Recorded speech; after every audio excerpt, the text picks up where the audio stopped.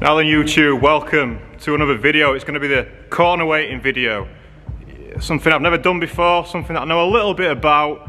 I'd like to have a go at it. I've got the gear, so we just need to get the idea and then we'll smash it. So corner weighting, I'll get onto it in a bit. If you don't know what it is, basically if you've got coilovers on your car, then you're probably running suboptimal distribution of the weight around your car. We should really be calling it corner balancing. That's what we should be calling it, because we're not actually going to be adding any weight anywhere.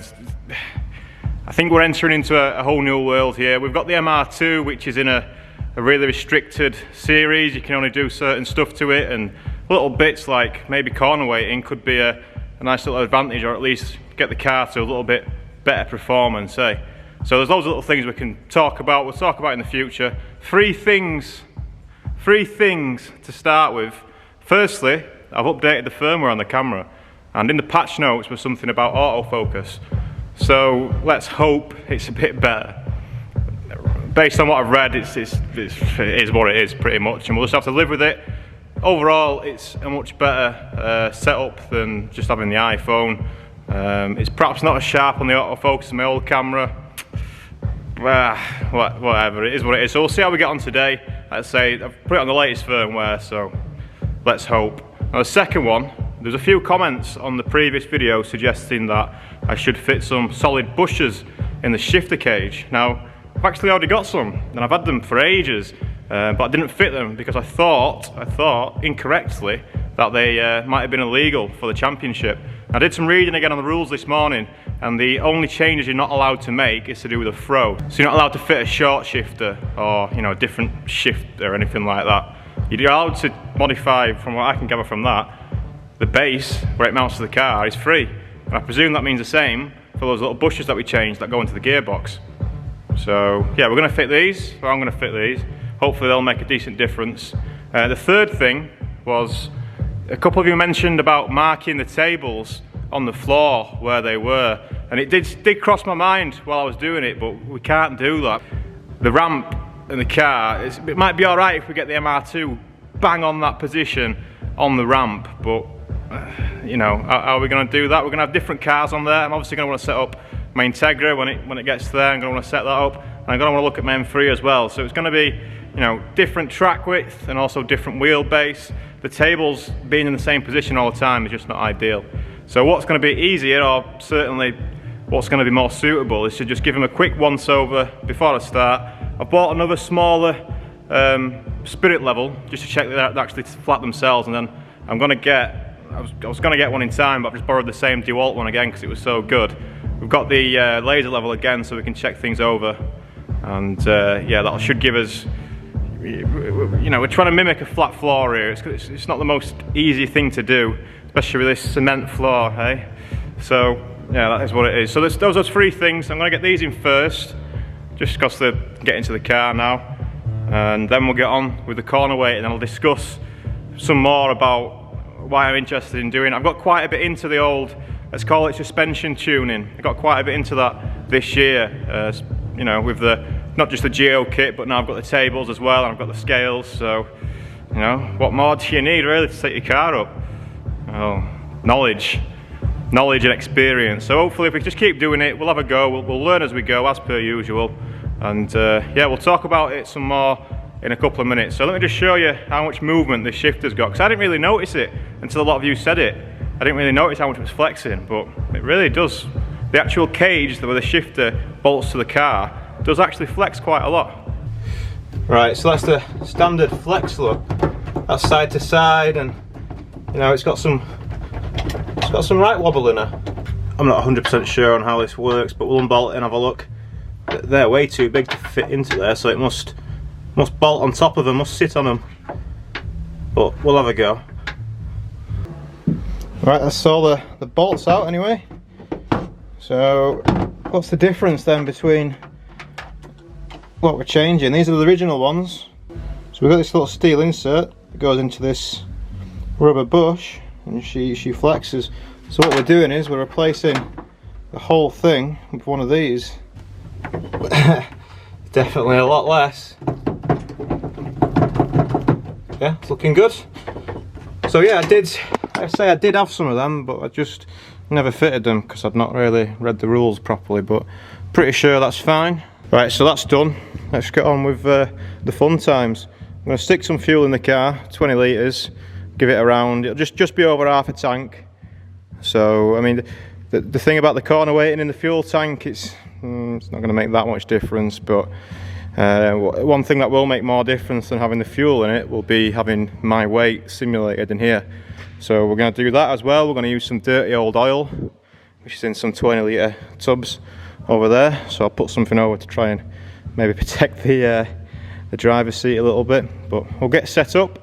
And the first job that we'll be doing is weighing the car and then trying to simulate my body weight. Right, that's the car weighed. So it's got about 25 litres of fuel, maybe. I've just looked these up. Apparently they've got 48 litre tanks. The needle inside reckons it's got 3/4 of a tank, so I don't know if I buy that. But this is the first time I've weighed the car with actually knowing at least roughly how much fuel in it. We've got a working sender and everything. So the weight as it is now, so it's hovering around 920, we'll call it 930. These are our ballasts that we're going to put into the driver's seat. We've got 4 mostly full 20 litres of oil, and then we've got 2 little 5s as well. We'll try and work out to get to about 95 kilos on top of this. So we're looking for 1.25 ton on this gauge, and that'll give us a nice simulation of being about the fuel that I'd have in it when I was racing, and also the weight of the driver as well.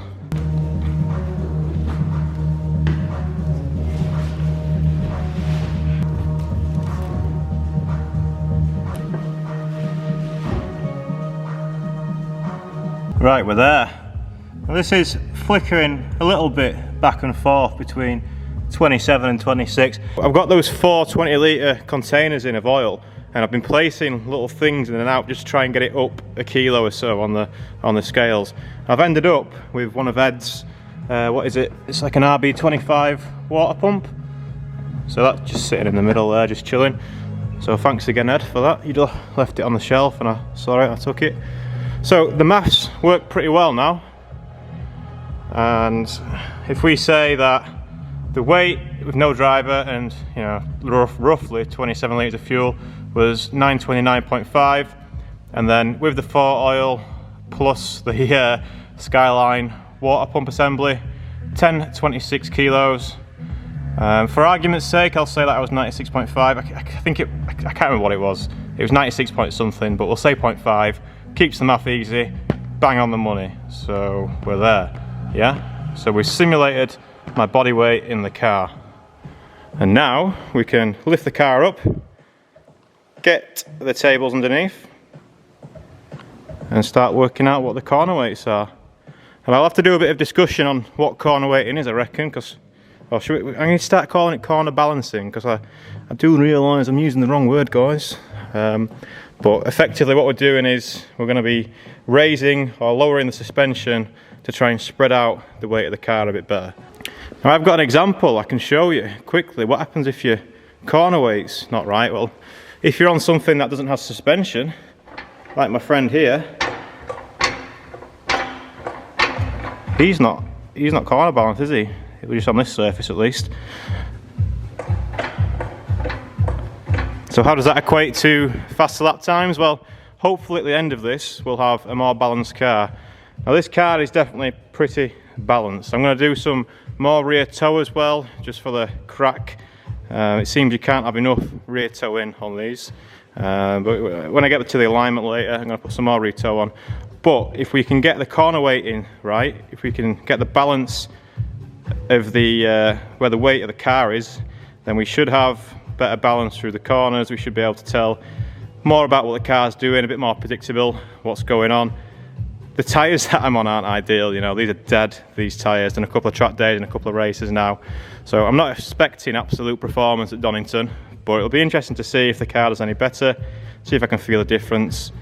The proof will be in the pudding, but I'm sure that the theory checks out, because if you've got coilovers, so when I put the coilovers on this car, I tried to make sure they were all the same height. My thinking behind that was, I want the car to be level. I don't want to have, you know, one side like that or one side like this. But what you can actually do from having the coilovers and having the ballast in the car to simulate my weight, we can now check where that weight is actually distributed on each 4 of the wheels. And then when we adjust it, we do it diagonally. It's called the cross weights. Now this is all just theory for me. You know how it goes. I look things online and think I'll have a go at that. This is one of those moments. So what we'll do is get the car up on the tables, make sure the tables are level, because we need to have, it's pretty critical for this to have a flat floor, which is one of the main reasons why I wanted these boys here. So we're going to simulate a flat floor with our tables, weigh the car again, and then when we come back to the scales, so on the scales we can do cross weight, left front, right rear. That gives us a percentage. So we'll get the floor even, and then we'll start looking at what the numbers tell us and start making some adjustments to the coilovers. Now, will this equate to faster lap times? It's all about having more confidence in the car, knowing what the car's doing, you know, making yourself go faster, and it's got to be right? When you look at the science, when you look at the math behind all this, you know, it's math related to science, of course it is. It should equate to a better handling. Handling is such a one of those words that gets to me, because you see people say, "Oh, it handles good." What does that actually mean? But that's another story, another subject, another video. I'm gonna start doing some ranting videos, I think, soon of things I don't like. So keep a lookout for that. But let me get started on this, and I'm sure we're in for a fun day of tweaking and stuff. Getting this car set up, suspension tuning house, yeah, good stuff. Just going back to what I said at the start of the video about not being able to have these tables kind of marked on the floor where they're going to be. So I've just stuck the laser level on.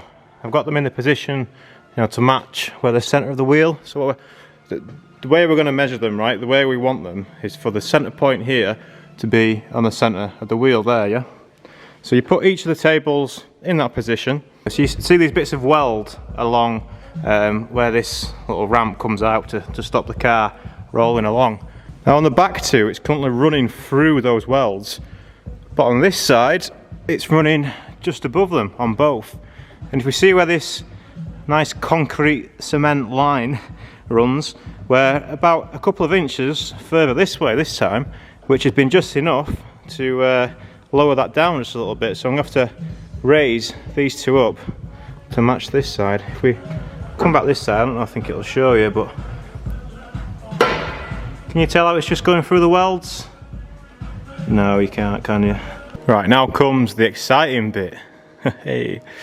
So we've got the scales in place of the turntables. I've got them all leveled up again. Yeah, it's definitely worth doing, and I don't mind the fact that I'm having to do it and that it takes so long and it is fiddly. It's fine, it's fine. It's all important to get this flat floor. So now, like I say, now the fun starts. So we'll drop the car down back onto the scales, and then we'll start reading from it what our cross weights are. And what we'll do first is jot everything down on the whiteboard, and then we'll start making a plan of what we're going to do to try and sort the weight out and see if we can get a bit better spread of our weight, yeah? So let's drop it down on the scales and we'll see what they're saying. Right, big brain time. We've got our figures. Unfortunately I reset it before I could show you them on the screen. But we've got some figures so far. We know what the front to back weight distribution is. We know what it is left to right. Much heavier on the right and much heavier at the back, as you might imagine, being right-hand drive and rear-engined or mid-engined, let's say. The actual cross weights, not too bad going off the percentages. 49-51, both sides. Of course, they're pretty interchangeable. But the actual numbers themselves, where the weight is actually spread around on the car. Front left, front right, rear left, rear right. Rear right, heavy, heavy. That's where all the weight is, right? Front left, barely any weight. The lowest of the lows. So, can I get these numbers more even? Well, when we started doing it, we work in diagonals, right? I kind of understand why, but not in a position to explain to you why we only work in diagonals, but that's what we're going to be doing. So I'm going to start on the front left, right? So we'll be starting on this front left corner. We'll see what difference we can get by extending the ride height on this front left corner, and then we'll weigh it again. So this is our benchmark, this is where we're starting at, yeah? All this. We'll start on the front left, extend it. For my own gain of knowledge as well, we'll see exactly what that does. See if it brings weight away from here. Does it bring weight from here? Where's the weight going to come from? So we're doing this to try and maximise the grip from the tyres. And as I've said, the tyres aren't the best at the minute, but if we get this right, we get it set up nice, then you know, we can throw some new tyres on and be away, have a good time. I will get some new ones, and I'm going to stop using the same tyres for track days as what I do for them racing. I'm going to have to get a bit better at this if I want to be competitive. But we're only going into my third race, so you know we'll get there. We're learning all the way through, and doing all this stuff wouldn't have happened, I don't think, unless I was starting getting into the racing. Because like I said, we're trying to find those tenths, and we're trying to get ourselves just a bit faster and a bit faster. There's loads of stuff we could do to the car as well, but I don't know, I'm focusing on what's interesting at the minute, I guess. I could probably loosen weight myself as well, and we'll get close to that 1,000 kilo limit, which is what the minimum figure of the car has to be. Let's say I'm at about 30 kilos over that, 35 kilos over that, which decent chunk of weight, isn't it? Yeah, decent chunk of weight. So let's start on that front left. Am I still in focus? Yeah. Let's start on that front left. We'll extend the ride height, 5 mil maybe. See what difference it makes on the scales. Well, what have I just found? So I just went to unlock this shocker, and she was already pretty loose for me, which is nice. Well, I seem to have forgotten how to adjust coilovers, adjust the ride height, certainly without taking too many things off. I've just put the top mount back on. I don't think I needed it off. But my method, well, the method that I decided on was to lock all these suckers together so that we're not adjusting any preload. And then once they were all locked together, I could turn the full thing at once. See how all the threads and everything's moving at the same time? So that's increasing as ride height. I'm going to leave it where it is for now, not lock it off or anything, because we don't know where it's going to be. So let's put the wheel back on and measure and see how that's affected. Oh god, focus you fuck. Super interesting numbers. Let's look at the whiteboard so it's a little bit easier. So this is where we were before, and this is where we are now. This is the corner that we've adjusted. We've added some ride height, increased the ride height on the front left. So what's it done to our numbers? Well, it's put 6.5 kilos of weight onto the front left, but it's also put 6.5 kilos on the rear right. Interesting. It's taken, what, 6 kilos off the rear left, and it's taken, what, 6.5 again off of the front right. Very interesting, isn't it? Hey? So what have we actually achieved here? Well, we've got a bit more on here, but we've not done anything about this, and we've actually made the left, the rear right is put some pounds on. He's gone up the weights. But what we wanted is more weight here. I thought, now this is where, you know, we're learning by doing here, because I thought increasing the weight here, increasing the ride height here would put weight on here and take weight away from here. But I guess if this side's pushing down first, maybe it's pushing that weight back, or it's certainly, you know, the numbers don't lie, it's pushing back, but at the same time it's taken weight from this side here. These two, they've lost weight. So both of these have gained weight from that one movement, but these two guys have lost it. You know? Interesting, eh? Okay, this is starting to click. I've just had a bit of a penny drop. So I've done it a couple of different ways now. I've adjusted all but the front right. Every other side I've had a little play with, and then seen what it's done to my numbers. And I've recorded 3 of the, I've done about 5 I think, but I've recorded 3 of them, just so I could get an idea of what change, where, you know, altered whose mate or whatever. And just did some maths for myself to see what the actual cross weight figure was. So this is the most recent one, and it's the figure, it's these two, I believe.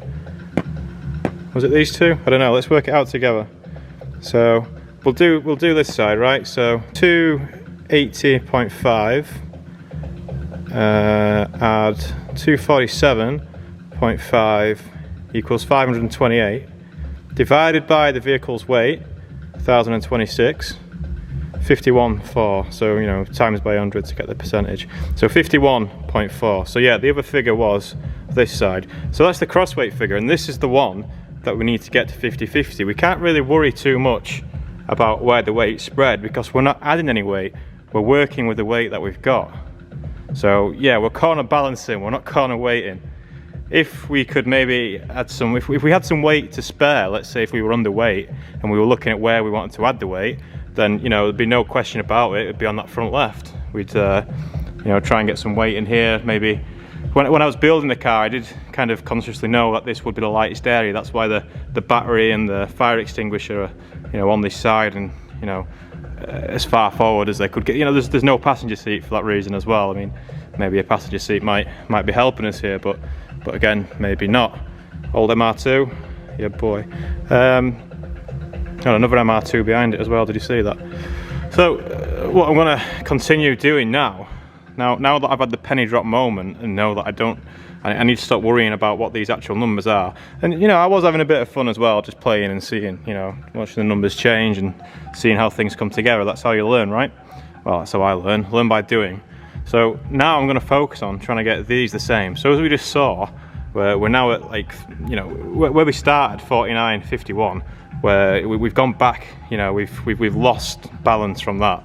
So what I need to do now is try and restore that balance. So I need to add some, either add some ride height here or take away some ride height here, or maybe add some ride height here. This is where we started, look, 303.5 here. So we're at 1.5 less than that, but we're a full 3 less on the front left. Now if I could get the front left to have a bit more weight on it and get the weights a bit less on here at the same time. Ooh, maths. Well, it took a few attempts, but we're about there. Well, we are there. I was a bit slightly disbelieving because it's bang on 50-50 at the minute. And I just made quite a radical change to the rear left. Dropped it by about 15 mil or something. Maybe it wasn't that much. What do you think? Still looks quite high in some regard, eh?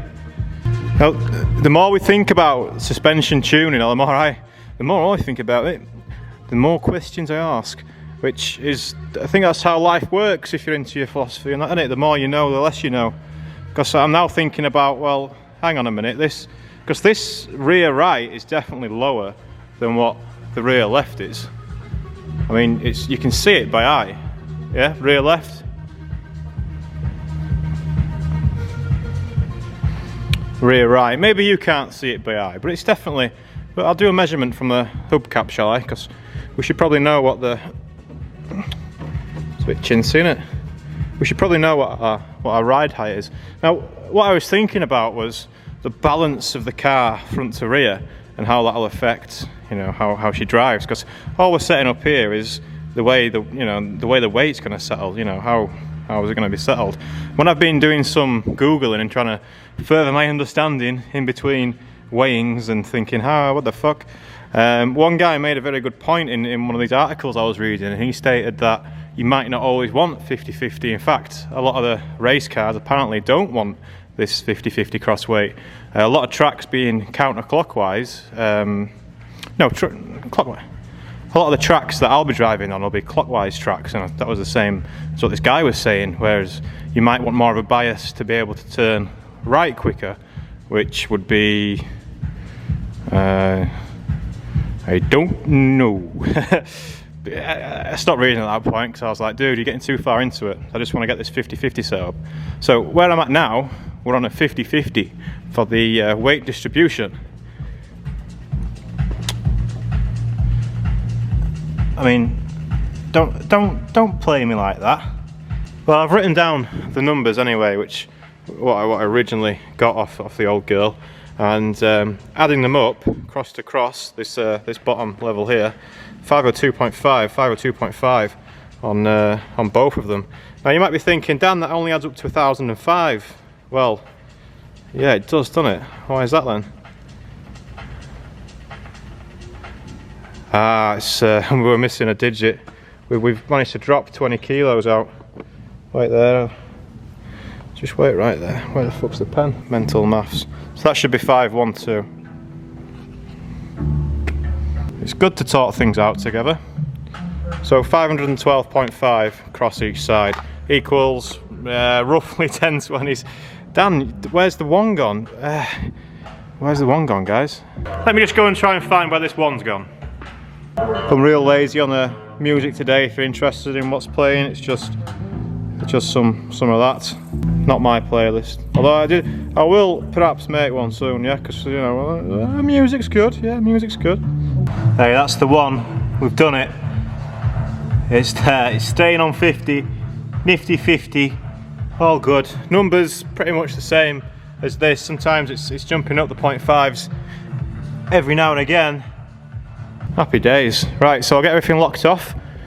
Job's a good one, and I'll get on with setting up the suspension. Now we've played with the ride height on every corner, then wheel alignment's not going to be too happy, is it? So that's the next job.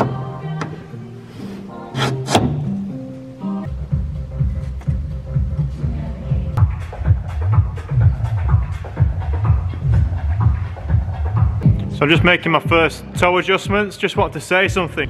Now some of you pointed out before that the butane gas that I was using probably wasn't the best and I should try and get something better. I remember at the time thinking, nah, I'm fine with this, you know, it is what it is. Anyway, I've just done the toe, the steering arm on the front right, where we've just adjusted the camber. Of course, the toe was out after that.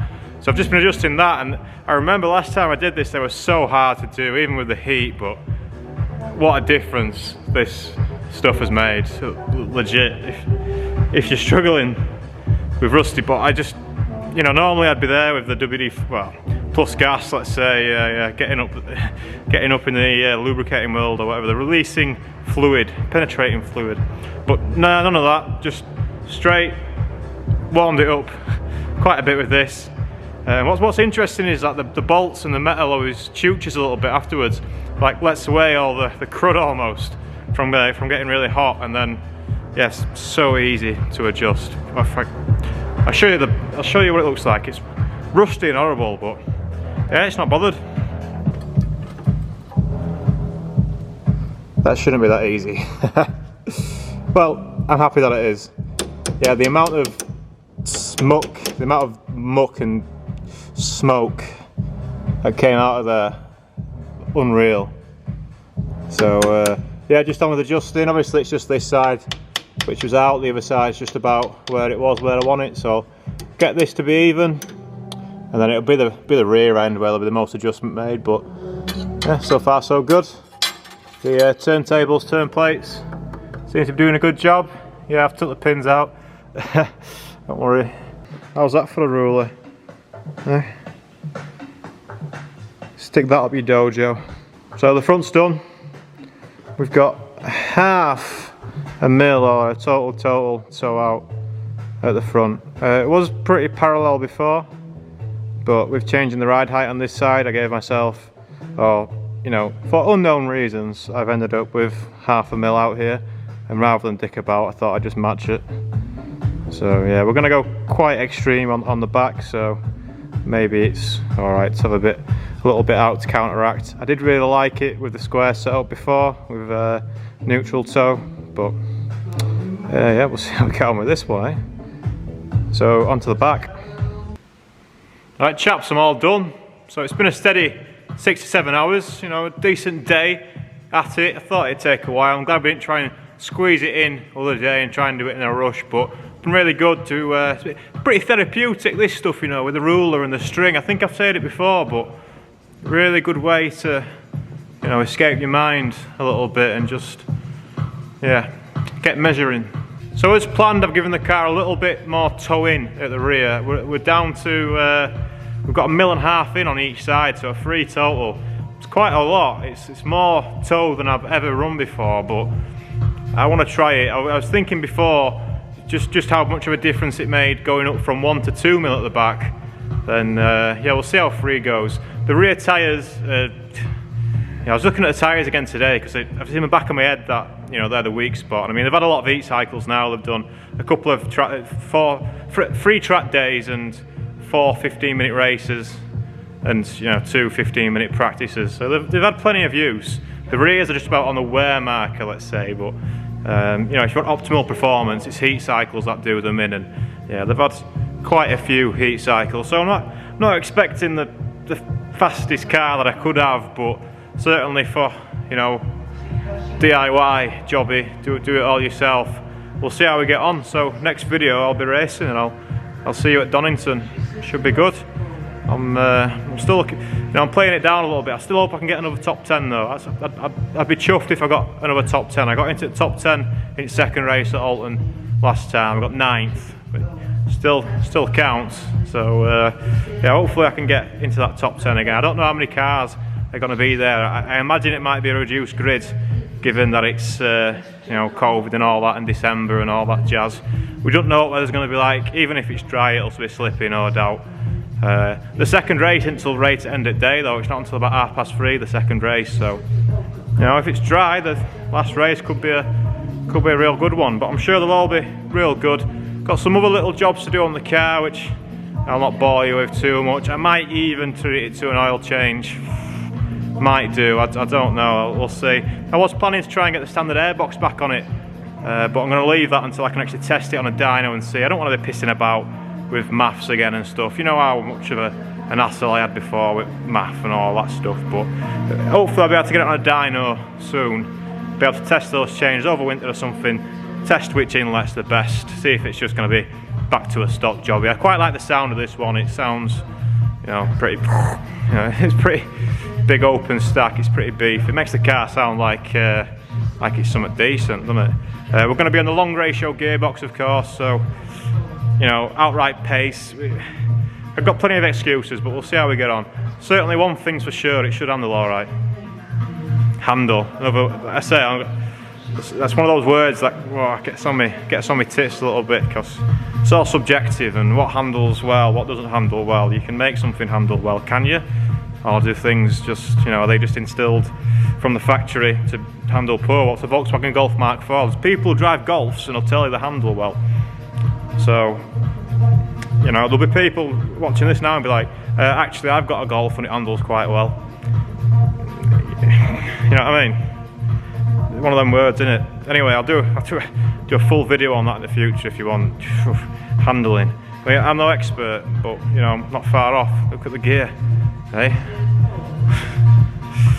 right. So hope I've kept you entertained for a little bit at least. Get back on with your lives. Go and do something else. What else are you gonna do now? Hey, go and wash pots, have some tea, chill out, watch a fight. Do you want to have a look at the Integra next? Maybe if I do something on the Integra this weekend. Yeah, we've got time. We should have time. But I've not got anything for it, so I keep forgetting to order gaskets and stuff that I need. So yeah. Integra's, I wanted to try and have it running by Christmas, but I thought that'd be a target I could hit, but